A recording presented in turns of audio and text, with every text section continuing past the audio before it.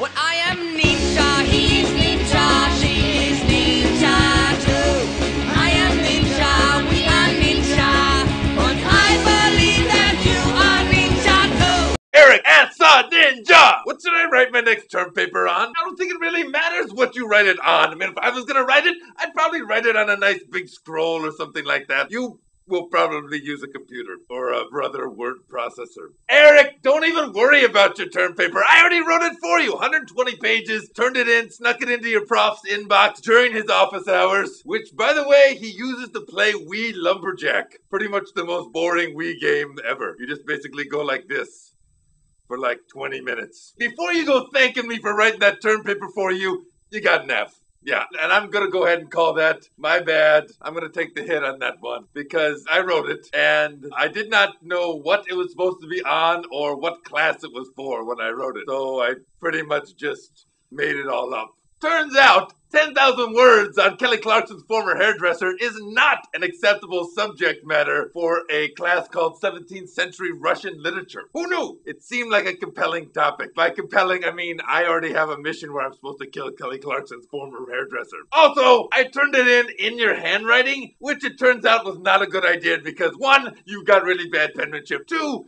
teachers don't like to have things turned in handwriting anymore. They like the typed in printed out version. They really don't like it when it's printed out in blood. Apparently that strikes an odd chord with them. Also, I didn't do any research except in my imagination. That was my only place where I went to get information. And Perez Hilton, obviously. But I didn't think those were reliable sources to list on the paper. So all the footnotes in the appendix are all just directly pulled from Stephen Hawking's A Brief History of Time. And they don't really, it doesn't quite make any sense whatsoever. Point is, you gotta write a new paper, and I don't think just like a regular term paper is gonna do it anymore. You, my friend, have got to go ninja style, and you need to write a terminal paper. That's a ninja writing technique where you write something that is so intense that the person reading it dies. It's like the dead tree version of The Ring. This actually works out really well because every university has a policy where if your professor dies in some weird and obscure, baffling way, everyone in the class gets an A. You're basically doing a favor for everybody, except the friends and family of the professor. You know, Gilligan, Marianne, they get pretty upset about stuff like this. Don't use this technique unless you really have to. I mean, if you're really stupid or your hands fell off or something like that. Now, the main goal of a terminal paper is to get the person so riled up and confused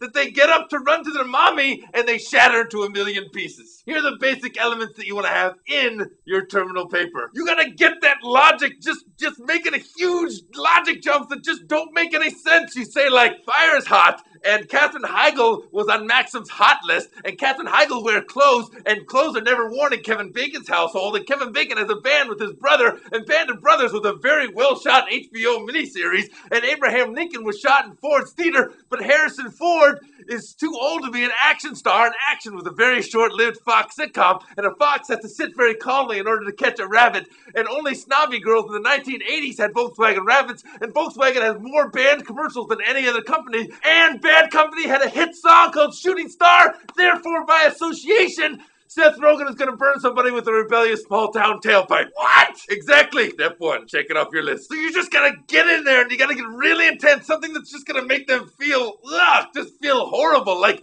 if you're describing the foreign policy of Ulysses S. Grant, you describe it like changing the bandages on a rump roast that's stuffed with blended cold sores. Ugh. Ugh. And you can't be afraid to get personal either. If you know something about your professor, get in there, talk about it. That's the plain truth of it. And you don't want to go for something that they'd be embarrassed if other people knew. You got to go for stuff that they'd be embarrassed if they even knew about themselves. And the final stroke to make sure that it hits home, no punctuation and no spaces. It should look like just one giant word. Everything is just smashed together. And then they try and read it, and their brain starts spinning, and their body gets all upset. And then, done. A's for everyone. If that doesn't work, just go ahead and copy the Wikipedia article. Who's gonna know? Close enough for America.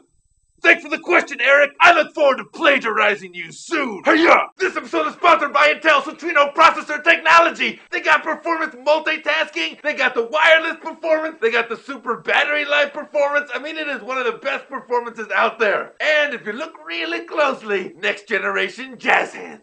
Seriously, though, do not write a term paper about me. I will not only kill you, I will also kill your GPA. And I mean that.